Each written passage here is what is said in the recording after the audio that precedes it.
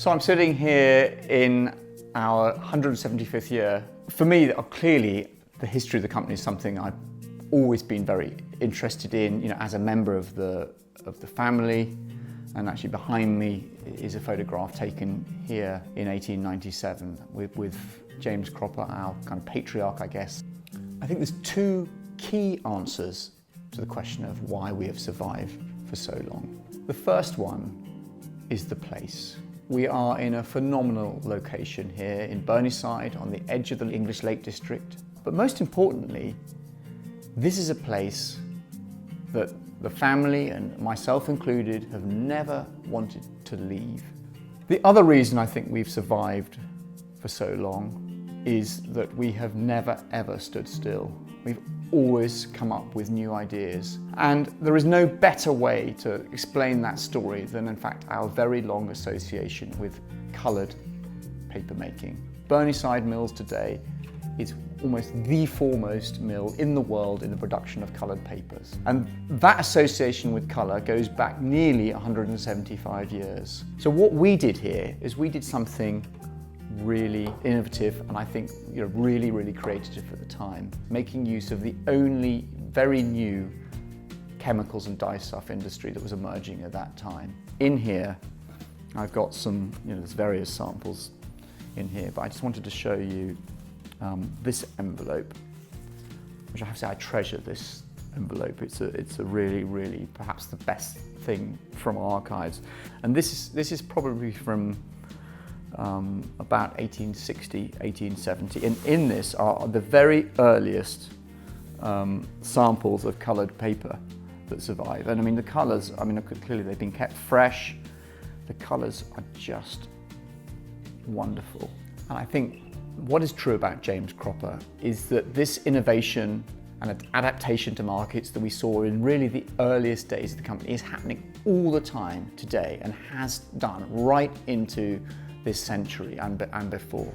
A really great example of that, of course, is TFP, our technical fibres division that we created in the 1980s. Now, we created that because carbon fibre just to come along as a material. And a couple of our directors, John Larkin and Nick Willing, they wondered whether we could make paper from it. And they went off to the lab after work themselves, and eventually they managed to make a sheet. And it turned out that this sheet had some incredible properties. It could conduct, it could insulate, it could carry glue or paint in ways that other materials couldn't. This is a piece of carbon fibre paper. And if copy paper is about 80 grams per square inch, this is 1. And if you just look how light this is, it almost floats. And of course, our most recent and arguably equally exciting innovation here at James Cropper has been the creation of Colourform over the last 5 years. The ability to mould pulp into three-dimensional shapes that can replace plastics in packaging.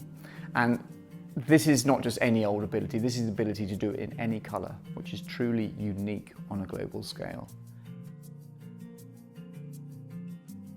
It's impossible to talk about James Cropper and its long history without talking about the village of Burneside, the community that has sustained this business for so long.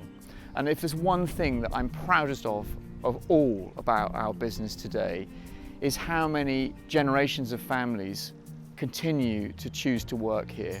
We've got examples of 3 generations being here at one time, even now. And it's really thanks to them and their ideas that our business is sustained. The future of James Cropper is inextricably linked with sustainability.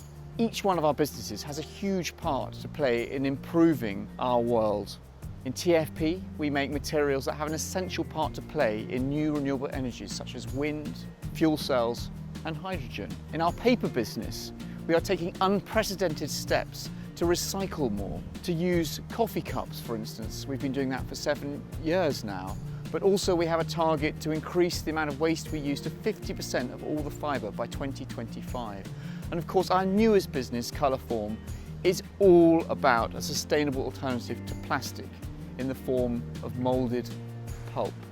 Of course, we haven't got through the last 175 years without some major challenges. The mill behind me burnt down in 1886 and 1903. We've had 2 world wars. We've had endless recessions and economic ups and downs.